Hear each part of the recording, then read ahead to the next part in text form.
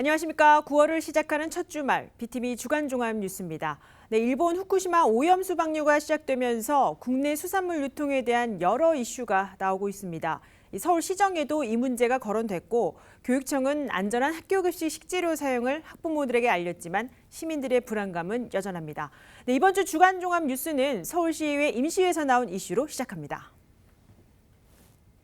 서울시의회 시정질문에서 핵무장, 방사능 오염수 문제가 논장에 불을 지폈습니다. 오세훈 서울시장은 필요 이상으로 시민 불안이 증폭됐다 말을 했고 이 현장에선 방사능 측정 검사 과정의 문제를 지적했습니다. 첫 소식 김진중 기자가 보도합니다. 과거 오세훈 시장이 한 발언을 꼬집으며 핵무장론에 대한 논쟁이 이어집니다. 한국은 도대체 몇 개의 핵무기를 만들어야 되고 그 핵무기를 유지하고 관리하는 비용으로는 얼마를 추산하고 계십니까? 저는 경우에 따라서는 한 개도 충분하다고 생각합니다.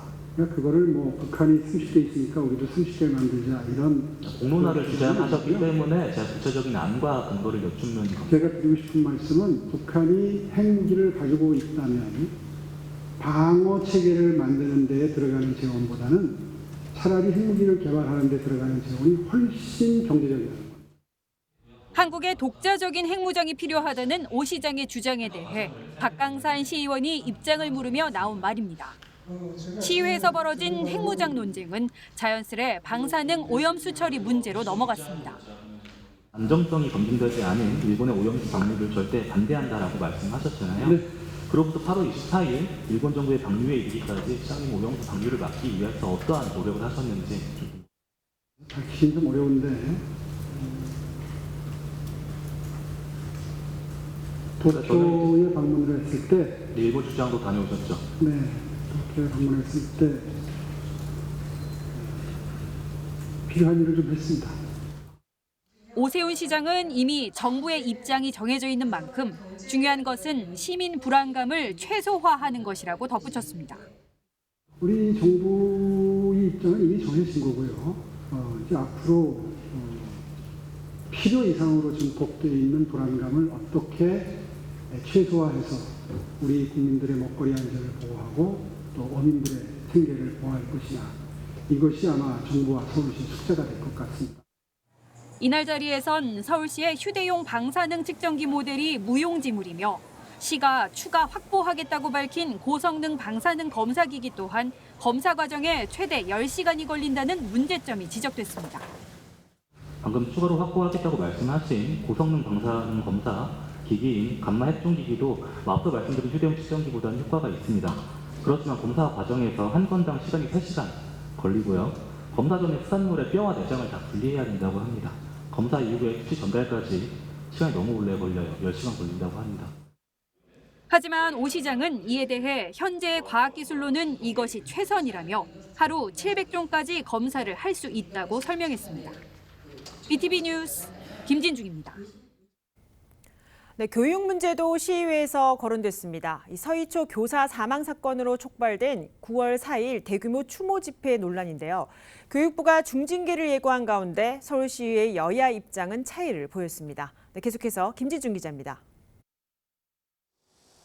지난 7월 일어난 초등학교 신규 교사의 사망 사건 이후 시작된 학교 앞 추모. 전국의 교사단체들은 사망한 서희초 교사의 49제인 9월 4일 대규모 추모 집회를 계획하고 있습니다. 하지만 이날을 공교육 멈춤의 날로 정하고 일부 학교에서 임시 휴업을 통해 추모에 동참한다는 움직임이 일면서 집회에 대한 논란은 교육계 안팎에서 이어졌습니다. 서울시 교육감을 대상으로 한 시정 질문에서도 이 사안에 대한 여야 의원의 접근법은 달랐습니다. 그 9월 4일 공교육 멈춤의 날이 진행되죠. 저는 이제 교인의 49제를 맞이해서 추모를 함께하는 이런 현장의 교사들의 추모에 이제 함께 뜻을 모으고 있는데요. 지지하는 입장입니다. 교육감이 또한 이제 지지의 입장을 밝히신 것으로 알고 있습니다. 맞으시죠? 교육감님 개인 어떤 판단은 어떻습니까? 연간 시위가 합법입니까? 불법입니까? 재량 휴업은 조금 법적으로 논할 지점은 저는 있다고 생각을 갖습니다. 아직 합법인지 불법인지도 판단이 안 서세요? 왜냐하면 법의 해석의 차원은 저는 있고 이미 교장이나 교감 협의회에서도 이미 제기를 한 바가 있습니다. 근데 어쨌든 현재로는 일단 법에 대한 유권적 해석을 교육부가 갖고 있기 때문에 뭐 그게 존중돼야 되겠죠. 뭐. 교육부에서는 집단 행동을 금지한 공무원법을 근거로 집회 참여 교사와 학교장에 대한 중징계를 예고한 상태. 위법하지 않은 방식으로 고인을 추모해달라는 교육당국의 경고 속 전국 교사일동이라는 이름의 일부 교사들은 고인의 49제를 추모하는 집회를 4일 국회 앞에서 가질 것이라고 밝혔습니다. BTV 뉴스 김진중입니다. 네, 서울시의회 임시회에 거론된 이슈 외에도 이 25개 자치구 문제도 시의원들이 제기하고 있습니다. 이 서울시장의 답변도 있지만 지역 현안은 각 구청장들이 시장과 협의하게 되는데요. 네, 이를 위해 서울의 구청장들이 모인 협의회가 운영되고 있습니다. 현재 서울 지역 이슈에 대한 자축의 공동 운영 방안 등을 좀 알아볼까 하는데요. 네, 지난 7월 민선 8기 이찬현도 서울구청장 협의회장으로 취임한 정문원 종로구청장 스튜디오에 오셨습니다. 안녕하십니까? 네, 안녕하십니까? 네, 오랜만에 뵙습니다. 예.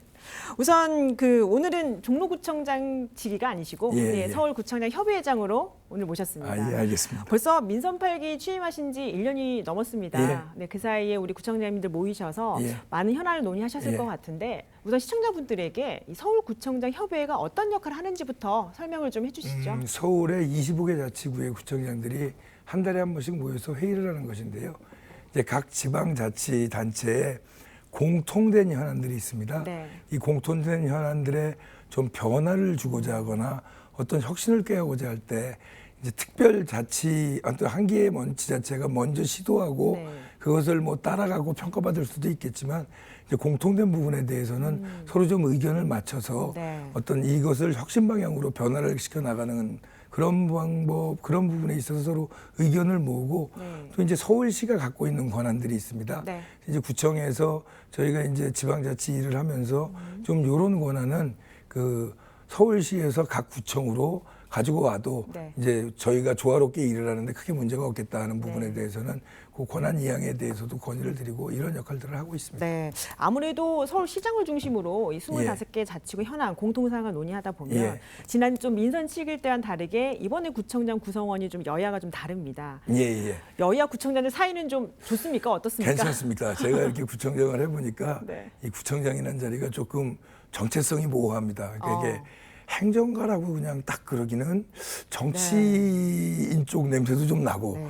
정치인이라 그러기는 행정가 쪽 냄새가 짙고 그래서 이제 좀 정체성이 모호한데 그 정체성이 모호하기 때문에 여야 구청장이 당은 네. 달라도 아. 서로 잘 협조하면서 각자의 공통 부분에 대해서 그 각 구청이 공통 부분으로 엮여 있는데 어떤 부분을 혁신을 하고 싶다. 그럼 네. 아까도 잠깐 말씀드렸다시피 혼자 할 수 없는 부분들이 잘 협조돼서 하고 있습니다. 이건 여야가 큰 문제가 되지 않는 것 같습니다. 다행입니다. 예. 국회와는 좀 다른 분위기죠. 아니 많이 다릅니다. 경험했더니요. 예. 네, 지금부터는 이 서울 지역 이슈에 대한 구청장 예. 협의회 활동 방향에 대해서 좀 여쭤보겠습니다. 먼저 요즘 가장 심각한 이 안전 문제, 예. 묻지마 칼부림 같은 이 사안 때문에 예. 이 지역마다 여러 대책을 내놓고 있는데 예. 서울시와 구청장 협의회가 지금 논의되고 있는 대책들이 있으시죠? 예, 지금 현재 그 묻지마 범죄는 누구나 대상이 될 수 있다는 점에서 대단히 심각하고 또 서울시는 전 세계에서 가장 안전한 도시인데 서울시의 명성에 좀 누가 되는 그런 좀 그 심각한 범죄입니다. 그래서 이게 좀 사전에 저희가 예방하는 것이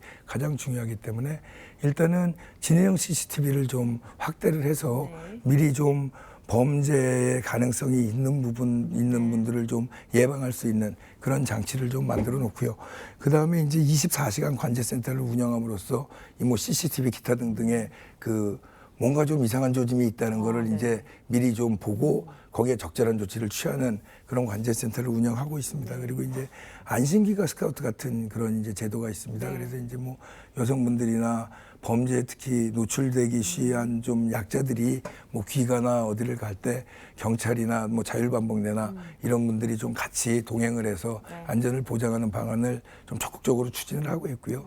그다음에 지금 이제 요번에 뭐 분당역 앞에서 난 사건도 그렇고 조금 좀 그 이 정신적으로 좀 문제가 있으신 분들, 그다음에 요즘 또 이렇게 그 외톨이적으로 혼자 좀 네. 있으시면서 좀 여러 가지 정신적으로 문제가 있으신 분들이 뭐 대부분은 안 그러시면 가끔 이제 요번 사례에서도 보듯이 분당역에서도 범죄, 묻지마 범죄로 연결될 수가 있으니까 미리미리 좀 동별로 잘 살펴서 그 지자체의 정신건강복지센터를 좀 최대한 활용해서 그 주민들이 좀 그 건전한 마음을 좀 갖고 좀 이렇게 함으로써 그 범죄를 좀 줄이는 데 예방할 수 있도록 그 최선의 노력을 다하고 있습니다. 사전 예방책까지 이렇게 말씀을 예, 해주셨는데 이제 안전 문제이면 요즘 같은 기후 이상 변화에 따른 재난 문제도 또 예, 생각 예, 안 해볼 예. 수 없습니다. 예, 예, 예. 물론 중앙부처에서 재난 안전 문자도 발생하고 있지만 예. 이 지자체 단위에서 또 할 수 있는 역할이 있다고 예, 예, 보거든요. 어떤 식으로 지금 논의하고 그 계신가요? 5월부터 저희는 이제 5월부터 재난안전대책센터를 이제 운영을 하고 있는데요.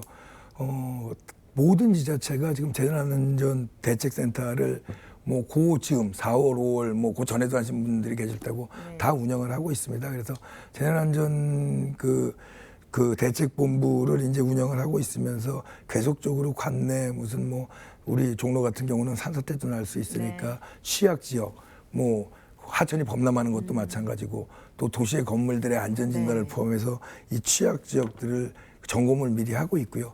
그래서 안전에 좀 문제가 된다 보이는 그런 부분들은 미리미리 좀 대책을 세워서 그 안전에 관한 보강을 하고 있습니다. 그래서 그 항상 좀 사태가 발생을 하면 그 미리 대책을 세워놓고 발생을 하더라도 플러스 알파로 좀 신속하게 대응해서 어떤 피해를 최소화할 수 있도록 그렇게 준비를 해놓고 있습니다. 네.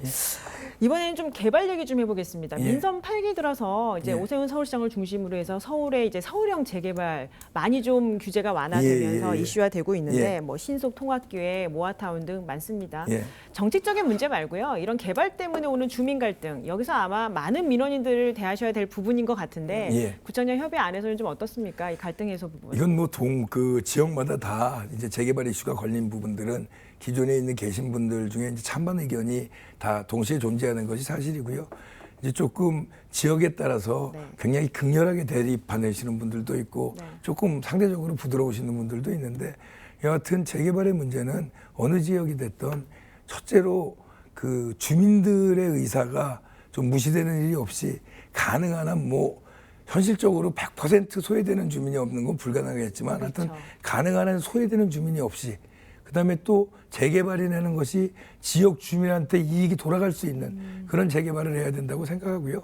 그런 원칙을 가지고 주민들끼리도 이야기를 하면 답이 나올 수 있지 않겠나라고 생각을 하고 있습니다.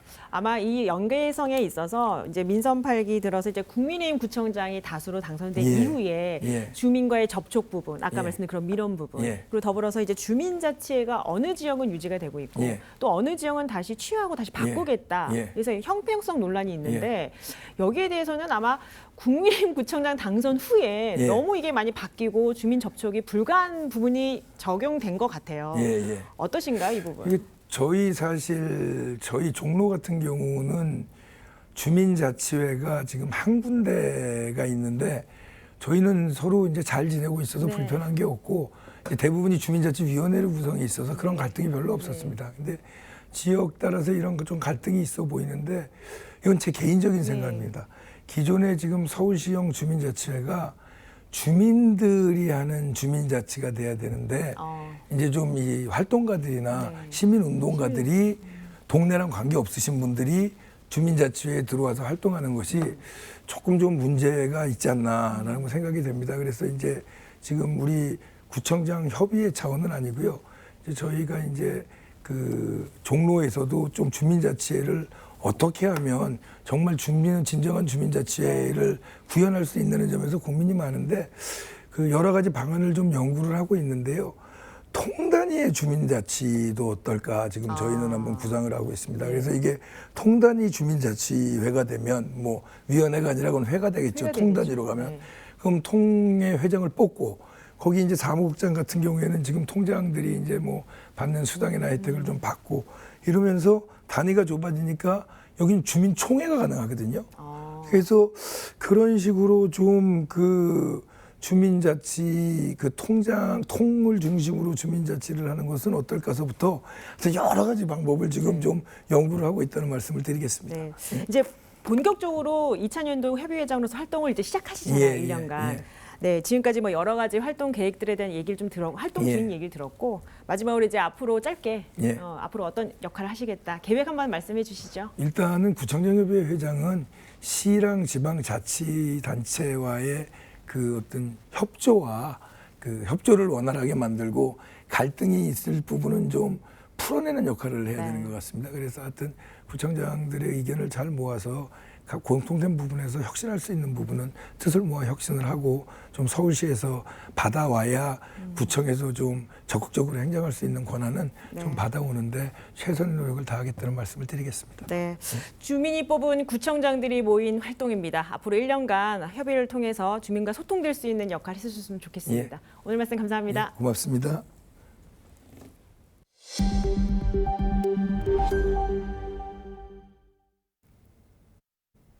네, 이어서 자치구 소식입니다. GTX 신호선 도봉 구간의 지하화가 확정되면서 서울 동부권 1호선도 지하화하자는 목소리가 다시 높아지고 있습니다. 이 수십 년째 선거 단골 공약으로 등장하는 1호선 지하화, 이 실현 가능성은 있는 걸까요? 네, 양진호 기자가 보도합니다.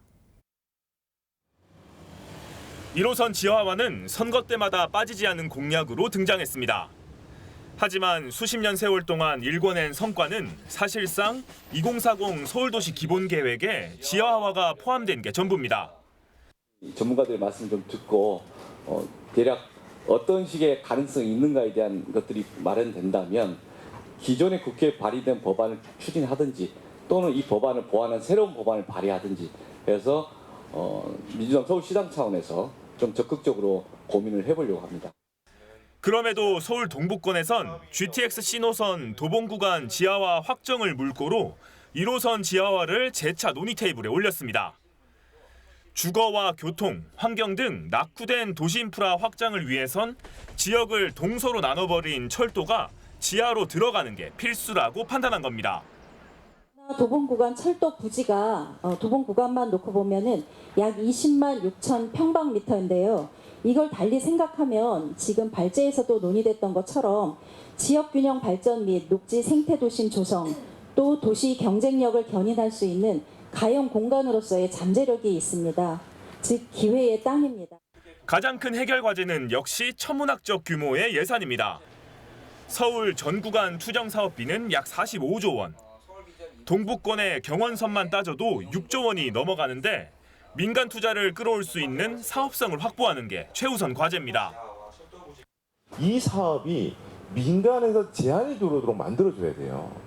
민간에서 우리는 이 사업을 통해서 어떤 것을 하고 싶고 어떤 부분을 만들겠습니다라는 게 일단은 거기서 청사진이 들어오지 않고서는 이건 계속 돌아가는 상황만 되고 민간에서는 이거 돈 안 되니까 안 들어갈래요. 라고 하게 되면은 그동안에 논의된 게 아무 필요가 없다는 거예요. 결국 지하화로 생겨난 유휴 철도 부지 개발을 통해 사업성 확보를 해야 합니다. 국유지인 철도 부지를 개발하기 위해선 정부와 국회가 특별법을 만들 수밖에 없습니다. 통합개발구역이 지정입니다. 철도 지하화 사업과 철도 부지 개발 사업을 통합하는 개발구역을 지정함으로써 철도 지하화와 철도 부지 개발을 종합적으로 평가할 수 있도록 할 뿐만 아니라 철도 부지 개발 이익으로 철도 지하에 소요된 비용을 충당할 수 있도록 하는 방안입니다. 여러 지상 구간 중 동부권이 최우선 순위에 들어갈 근거를 찾는 것도 과제입니다. 지역 균형 개발과 지하화 작업의 편의성, 뚜렷한 사업성 제시 등 첫 삽을 뜨기 위한 이유를 체계적으로 구축하는 게 무엇보다 중요해졌습니다. BTV 뉴스 양진호입니다. 네, 앞서 보신 이 동부권 1호선 지하화는 선거철마다 반복돼온 공약 가운데 하나입니다. 도봉구 지역에선 철도는 물론 각종 규제로 지역 발전이 30년 동안 멈춰버렸다는 말까지 나오고 있습니다. 1호선 가까이 거주하는 주민들의 목소리를 계속해서 양진호 기자가 들어봤습니다. 작은 텃밭과 낡은 슬레이트 지붕, 시간의 때가 묻어있는 주택까지. 저층 주거지가 밀집된 이곳은 서울시 도봉구 도봉 1동입니다. 도봉구에서 도봉 1동이 제일 낙후된 동네고 또 그중에서도 무스골 쪽이 제일 낙후된 지역. 선로가 지상화되어 있으니까 이쪽이 발전 안 되는 동네가 막혀 있잖아요. 막혀 있으니까 발전이 안 되는 거지. 도봉구 무수골은 앞으로는 1호선, 뒤로는 도봉산에 막혀 고립된 형태를 띠고 있습니다. 도봉산 고도 제한은 지역 주택개발 정체를 가져왔고 지상철로 인한 소음과 먼지, 진동 문제는 주민 생활에 불편을 더했습니다. 대규모 아파트 단지와 구청, 법원, 검찰청 등 행정기관이 몰려있는 도봉 2동과는 발전에 있어 확연한 차이를 보입니다. 제가 살다 보니까 너무 불편한 게 쇼핑센터가 하나도 없어요. 뭐 물건 사러 가려면 우리 창동까지 나가야 되거든요. 그건 너무 불편하잖아요. 세상은 이렇게 최첨단으로 바뀌고 있는데 좀 도봉도 발맞춰서 좀 좋게 바뀌었으면 좋겠어요. 최근 고도 제한이 완화되며 남은 숙제는 1호선의 지하화입니다. 현재 무수골과 다른 지역을 잇는 주요 통로는 지상철 밑을 통과하는 좁은 굴다리. 주민들은 지상철이 가로막은 도로 접근성만 살려도 생활 인프라 확장을 가져올 수 있다고 말합니다. 알고 있어요. 젊은 사람들이 다 빠져나갔어요. 저희는 어르신들만 살고 있어서 서울시에서 가장 어르신들이 많아요. 그건 슬픈 얘기예요. 저희도 늙잖아요. 근데 젊은 사람들이 안 들어오는 동네가 돼버린 거예요. 그러니까 전철이 저희보다 더 높아요. 주택보다. 근데 그거 슬픈 것 같아요. 우리는 전철을 우러러보고 살아야 돼요. 열악한 인프라는 젊은 세대의 지역 이탈로 이어졌습니다. 2022년 기준 도봉 1동의 인구 비율은 50세 이상이 57%, 60세 이상으로 따져도 40%가 넘습니다. 서울에서 처음으로 고등학교 폐교가 결정된 곳도 이곳 무수골입니다. 변화라는 게 아예 없어요. 오히려 더 낙후되면 낙후됐지 변화라는 자체도 없고 저희 애도 여기서 안 살려고 그래요. 어디 갈 데도 없고 해봤자 다 나가면은 친구들도 없고 다들 어르신들이고 그러니까 이쪽에 안 살려고. 수십 년 세월 동안 선거철 공약으로만 등장했던 1호선 지하화. 주민들은 신기루 같은 희망 고문 대신 현실적인 대책 마련을 요구하고 있습니다. 변화라는 게 아예 없어요. 오히려 더 낙후되면 낙후됐지. 하나도 변화 없죠.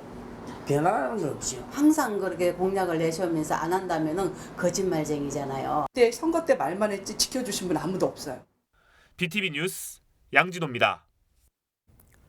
네, 다음 달 11일 치러지는 강서구청장 보궐선거 소식입니다. 네, 이번 선거에 출마하는 소수 정당의 후보들은 자신들의 이름을 알리기 위해 분주하게 움직이고 있습니다. 역대 강서구청장 선거 가운데 후보가 가장 많을 것으로 예상되는 만큼 치열한 경쟁이 예고됩니다. 서주환 기자가 취재했습니다. 제1회 전국 동시지방 선거 때부터 서울 강서구청장 선거 구도는 보통 여야와 무소속 후보들의 경쟁이었습니다. 가장 많은 본 후보가 출마했던 건 지난 2007년. 여야 후보 각각 1명씩에 무소속만 3명, 모두 5명이 선거를 완주했습니다. 이 기록은 곧 바뀔 전망입니다. 이미 10월 보궐선거에 도전장을 내민 예비 후보가 훨씬 더 많습니다. 8월 30일 오전 기준 선관위 홈페이지에 올라온 것만 총 10명입니다. 하지만 이 10명이 모두 본 후보가 될지는 두고 봐야 합니다. 일단 여야는 공천이 결정되지 않았습니다. 진보 정당들은 후보 단일화를 논의하고 있습니다. 만약 단일화가 이뤄진다 해도 이번 보궐선거 정당 소속만 따져도 최소 6대1의 경쟁률을 보일 것으로 예상됩니다.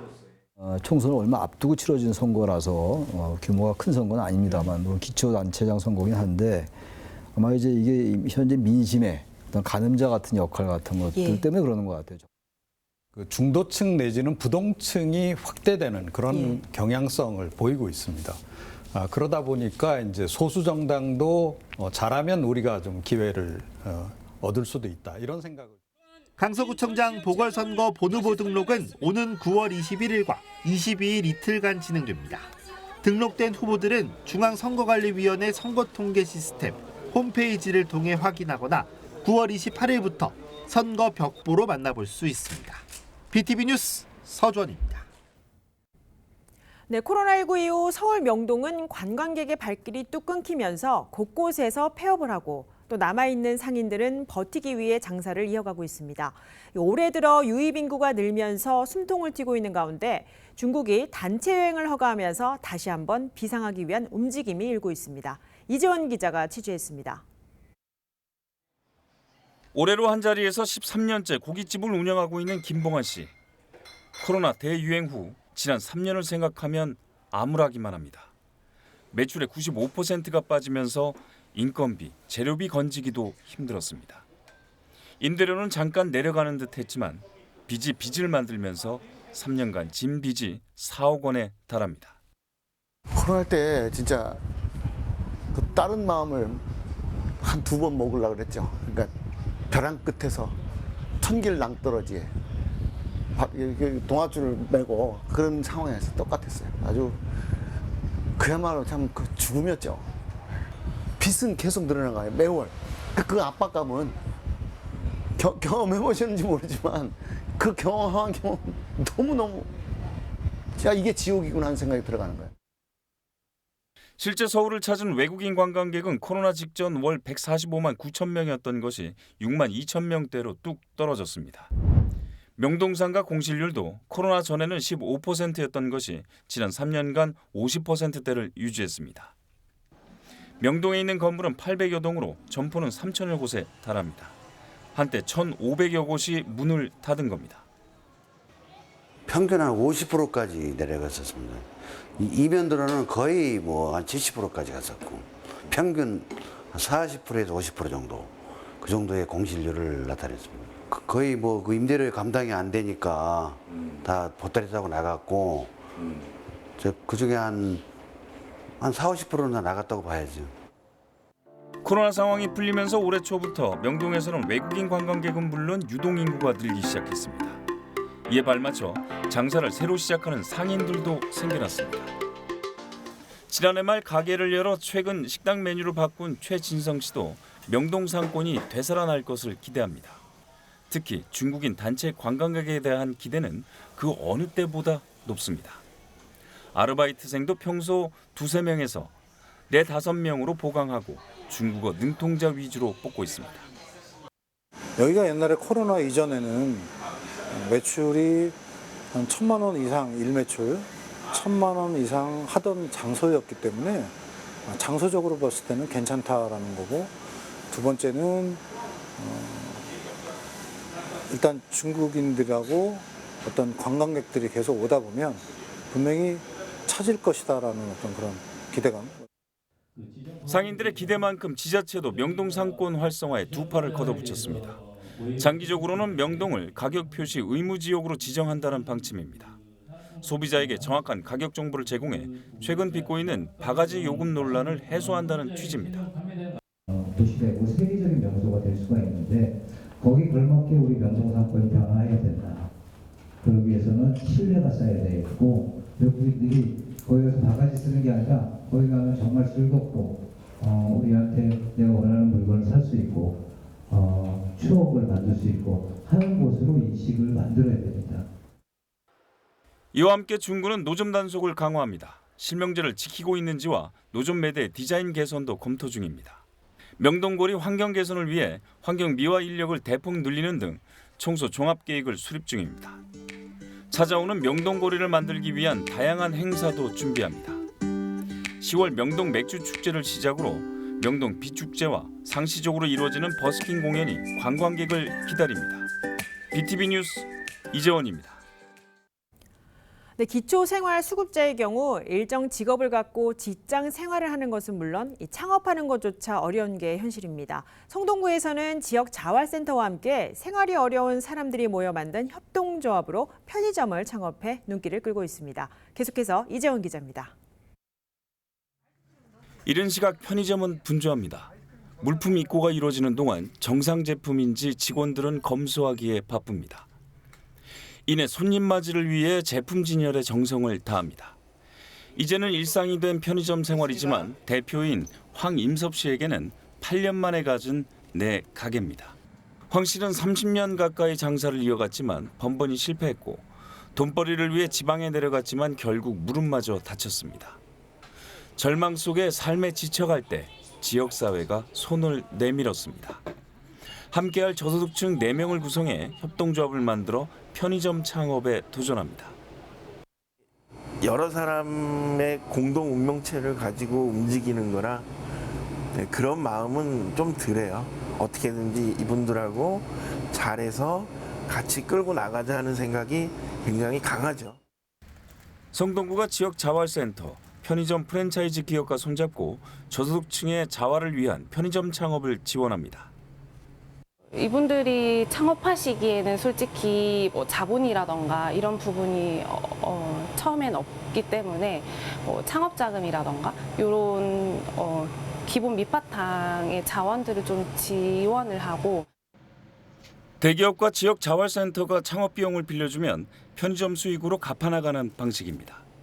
대표를 제외한 3명의 월급을 2년 동안은 성동구가 100% 지원하고 3년에서 5년까지는 50%를 지원하는 형태입니다. 근데 이번에는 같이 넘어져 줄 사람이 셋이나 더 있어서. BTV 뉴스 이재원입니다.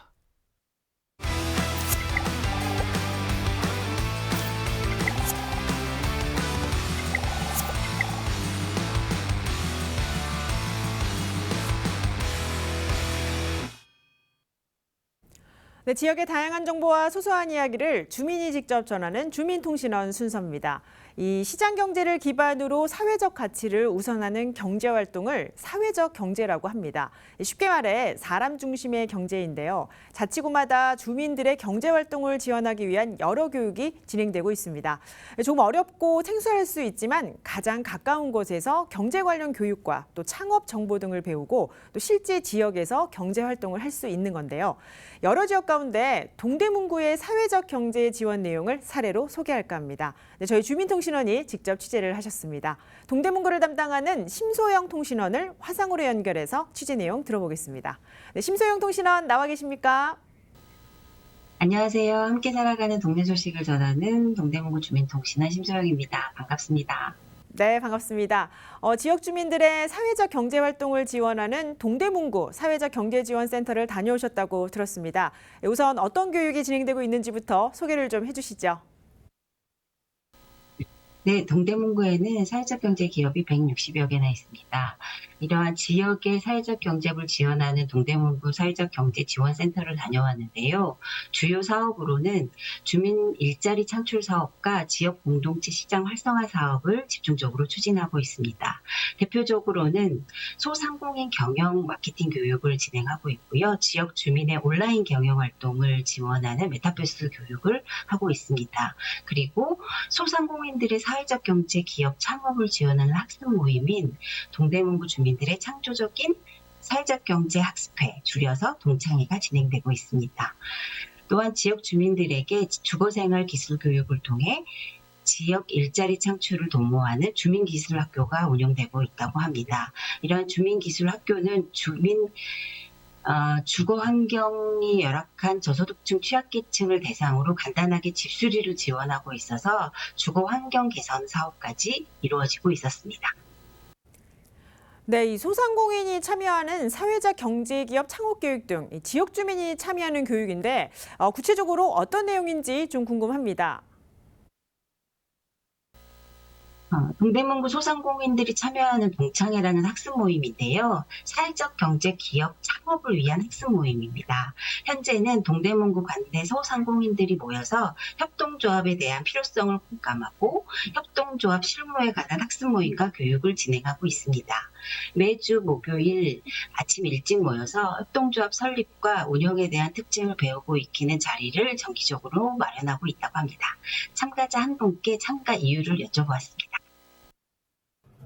소상공인들이 함께 참여하고 주도해야만 하는 협동조합을 만들면 좀 더 지역 주민에게 필요한 제품, 판로 확대 활동을 할 수 있고 그를 통해서 지역 상권을 활성화시킬 수 있지 않을까 하는 생각에서 시작하게 되었습니다. 네, 말씀하신 대로 지역의 협동조합 창업 지원 내용이 담겨져 있는데요.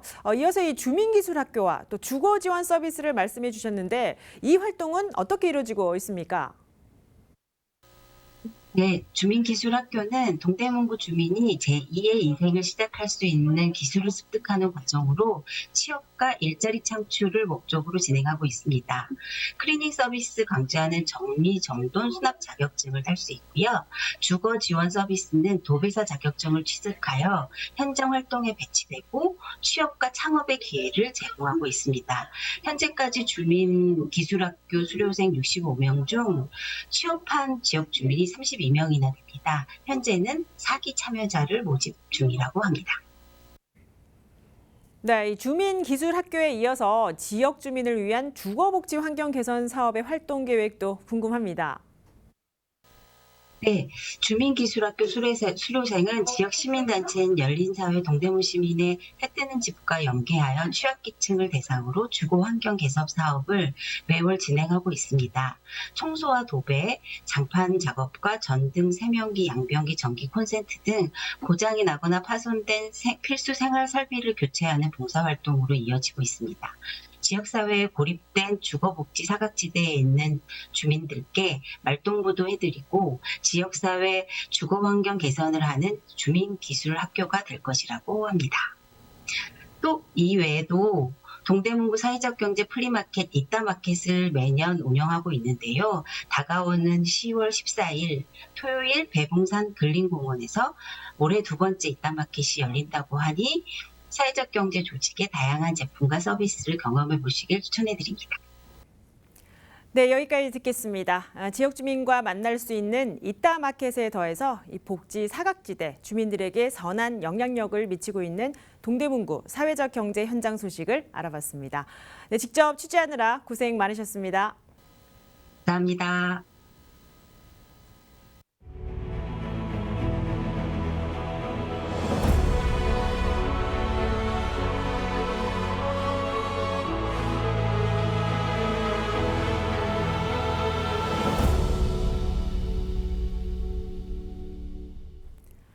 네, 일제강점기와 해방, 한국전쟁을 거치면서 시대에 따라 큰 변화를 겪은 지역이 있습니다. 바로 용산구 후암동인데요. 지역이 품고 있는 역사와 생활 변화상을 짚어보는 기획 다큐 서울동행. 네, 김진중 기자와 함께 동행하시죠. 남산 아래에 위치해 나무가 많고 전망이 좋은 동네 후암동. 조선시대 후암동에는 국가 제사에 필요한 가축을 기르고 공급하는 관청인 전생서가 자리했고 관련된 일을 하는 관리들이 살았습니다. 여전히 비탈진 언덕길의 형태를 띤 후암동 골목 한편엔 과거 전생서가 있었음을 알리는 표석이 세워졌습니다. 농촌 사회였기 때문에 비가 안 오면 기우제를 드려야 됐고 또 눈이 얼음이 잘 얼지 않으면은 또 현명 씨에게 제사를 드리는 등 이렇게 많은 제사가 있었는데 그 많은 제사에 사용되는 희생 제물이 바로 이 전생서에서 키워지고 있었던 거라고 보시면 될 것 같습니다. 1925년 일제가 조선 식민지배 상징으로 세운 조선신궁. 1945년 우리가 광복을 맞을 때까지 20년 가까이 자리했던 우리 슬픈 역사의 한 면이기도 합니다. 과거 조선 신궁이 있던 자리는 후암동 남산자락의 흔적으로 남아 있습니다. 우리가 잊지 말아야 할 역사와 함께 말이죠. 이렇게 조선신궁을 만드는 과정에서 보니 저 남산 꼭대기에 조선시대를 대표하는 국사당이 있었던 겁니다. 일본인들 입장에서는 자기네 그 국조신이 모셔져 있는 이곳보다 높은 곳에 조선을 대표하는 사당이 있는 게 못마땅했겠죠. 그래서 이곳에 있는 사당을 인왕산으로 옮겨지게 된 겁니다. 둥글고 두터운 큰 바위가 있어 이름 붙여진 후암동. 영험한 돌로 여겨지는 두텁바위 이야기를 전하고 지키기 위해 주민들은 십시일반 성금을 모아 마을의 얼굴과도 같은 상징석을 세웠습니다. 남산 주변이 모멱산해 가지고 큰 바위가 많이 있었다는 전설이 많이 있었고 주민들이 자선을 얻기 위해 큰 기도를 하고 그런 전설이 많이 있어서 앞으로도 저희도 후암동에 어떤 그거에 남을 수 있도록 큰 상징석을 하나 준비를 해야 되지 않겠나 해서 주민들하고 합세해가지고 저희가 이렇게 상징석을 세우게 됐습니다. 한때 후암동이란 명칭이 사라졌던 때도 있습니다. 세월에 세월을 덧댄 듯 골목 곳곳에 자리한 크고 작은 집. 경사로가 많은 후암동에 집을 짓기 위해 쌓았던 석축은 지금도 곳곳에 남아 있습니다. 일제강점기 후암동엔 70% 이상의 거주민이 일본인이었습니다. 일제강점기인 1914년도에는 일본인들이 이 지역을 삼판통이라고 이름을 아예 바꿔버리게 됩니다. 이 삼판통의 의미는 일본 본토에 가서도 언덕을 갖고 있는 동네 이름을 아울러서 부르는 이름인데요. 관사라든가 문화주택들이 많이 지어지게 되었고 일제강점기까지 일본인들이 꽤 많이 살던 지역이라고 보실 수 있습니다. 후암동을 걷다 마주하게 된 삼광초등학교. 1919년 개교할 당시 이 학교의 이름은 삼판 심상소학교였는데요.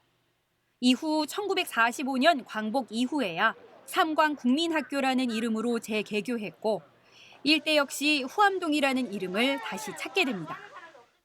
대한민국 정부가 들어서고 나서는 그때는 일본 사람이 있을 수는 없으니까 그 뒤로 이제 물론 뭐 이 학교가 일본 사람들이 세운 학교다 하는 것은 알았지만은 일본이 뭐 이렇게 조금씩 뭐 흔적이 남았다든가 그런 건 없어요. 광복 이후 70년간 우리 소시민들이 살아온 주택지로 많은 역사적 의미를 담고 있는 후암동. 일본인들의 고급 주거지에서 해방 이후엔 피난민들의 정착지로 변모했습니다. 아래쪽에는 그런 저택이 컸기 때문에 조금 부자들이 살았고 저 우로 올라가면은 그 판자촌이었어요. 아니 그냥 비탈이 좀 심했고 그러니까 이제 동네 사람들이 모여서 이렇게 뭔가 저런 이불 혼이불 같은 걸 펴놓고 이렇게 그늘을 만들어서 거기서 이렇게 얘기도 하면서 이렇게 뭐 정다웁게 지내기도 하고. 후암동 마을버스 종점에 다다르면 펼쳐지는 후암동 108계단. 일제강점 말기 일본군 전쟁 희생자를 기린다며 세워진 이 계단은 시간이 흘러 승강기가 놓이고 후암동 동네를 잇는 다리가 됐습니다. 일제강점기와 해방, 한국 전쟁을 거치면서 그 어느 곳보다 빠른 변화를 겪은 후암동. 한 계단 한 계단 힘들게 지나온 시간 뒤엔 분명 아름다운 모습을 한눈에 담을 수 있는 그 순간도 찾아온다는 것을 말해주는 듯합니다.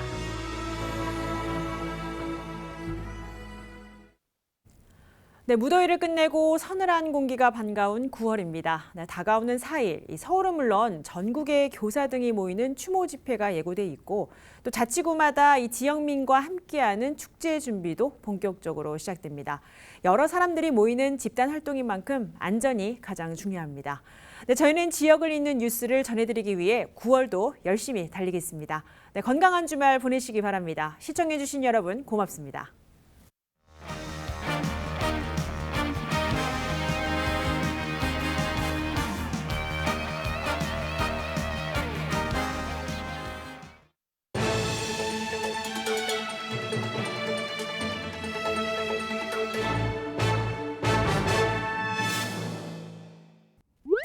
BTV 뉴스를 더 많이 보고 싶으시다면 여기 구독 버튼을 눌러주세요. 추천 영상도 누르면 바로 재생됩니다. 또 다양한 서울 소식을 보고 싶으시다면 휴대폰에서 가지 앱을 다운로드해보세요. 저희 BTV 뉴스를 시청해주셔서 감사합니다.